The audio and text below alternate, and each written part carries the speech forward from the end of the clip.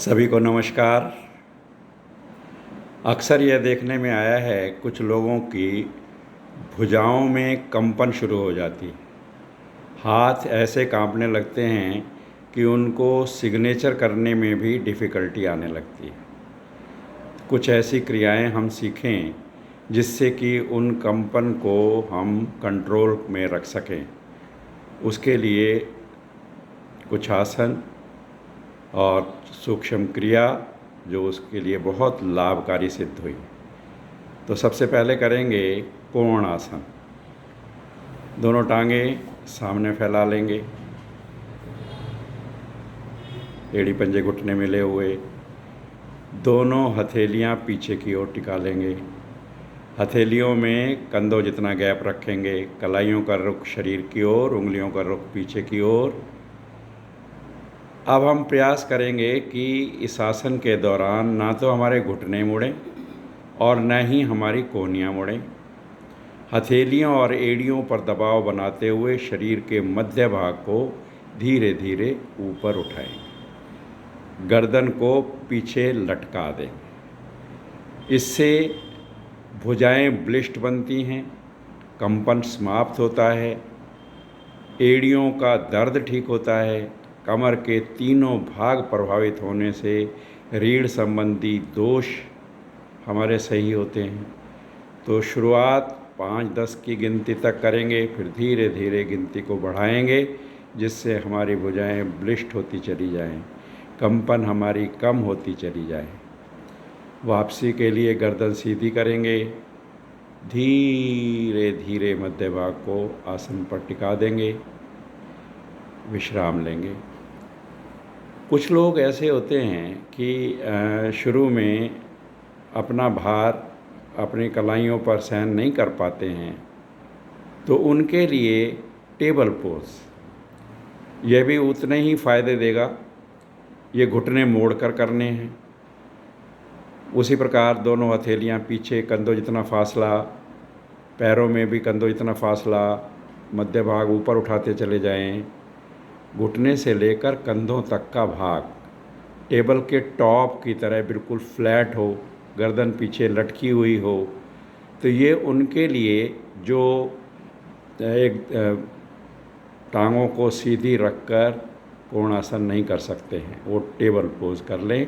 इससे भी हमारी कलाइयाँ बलिष्ठ होती हैं। धीरे धीरे गर्दन सीधी करते हुए वापस आएंगे। इनकी कुछ आवृत्तियाँ धीरे धीरे समय बढ़ाते हुए करने से भुजाओं की कंपन समाप्त होती है। एक और आसन करेंगे, तुला आसन।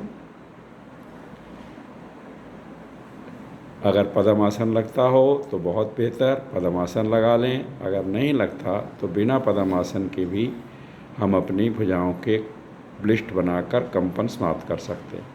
दोनों हथेलियां दाएं बाएं टिकाते हुए हथेलियों पर दबाव बनाना है और इतना प्रेशर दें कि आपका मध्य भाग ऊपर उठ जाए, तुला के समान।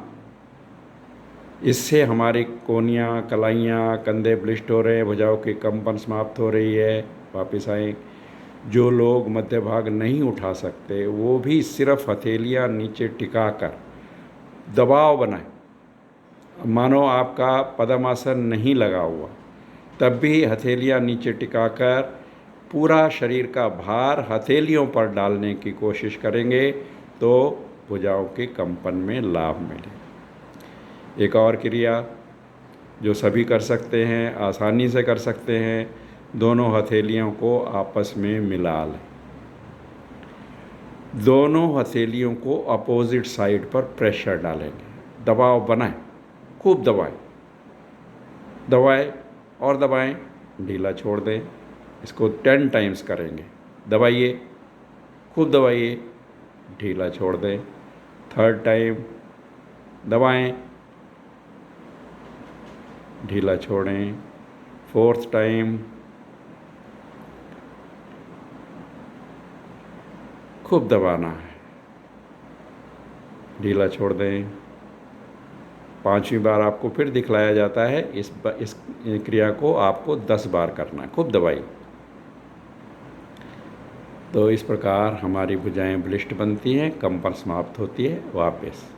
तो 5 बार आपको करके दिखलाया और हर बार आपको कुछ 5 की गिनती तक रोकना, प्रेशर लगा कर रखना, फिर धीरे धीरे अभ्यास को बढ़ाते हुए 10 की गिनती तक ले जाना। एक और अंतिम क्रिया इसमें देखें, एक हाथ की उंगलियां दूसरे हाथ की उंगलियों में इस प्रकार खींचें, दबा मिलाएंगे कि आपस में हम उसको दूसरी डायरेक्शन में, अपोजिट डायरेक्शन में खींच सकें। इससे उंगलियों के जोड़ों के दर्द भी समाप्त होते हैं। जिनको बाएँ होती है, गठिया बाएँ, उनको लिए लाभ मिलता है। दोनों हथेलियों को, ये उंगलियां फंसी हुई हैं, अपोजिट डायरेक्शन में ज़ोर लगाकर हमें खींचना है ऐसे, फिर ढीला छोड़ देना। फिर दूसरी साइड से भी इसी प्रकार पूरा ज़ोर लगाकर अपोजिट डायरेक्शन में खींचना, ढीला छोड़ देना। धीरे धीरे इस अभ्यास को बढ़ाते चले जाएं और देखेंगे कुछ ही दिनों में भुजाओं की कंपन कम होने लगी, फिर समाप्त होने लगी। अगर आपको यह वीडियो पसंद आए तो हमारे चैनल को सब्सक्राइब करें, ताकि आपको हमारे और छोटे छोटे वीडियोस जो कॉमन प्रॉब्लम्स को ठीक करने के लिए बनाए गए हैं वो सब आप देख सकें। इसको लाइक करें, शेयर करें। सभी को नमस्कार, धन्यवाद।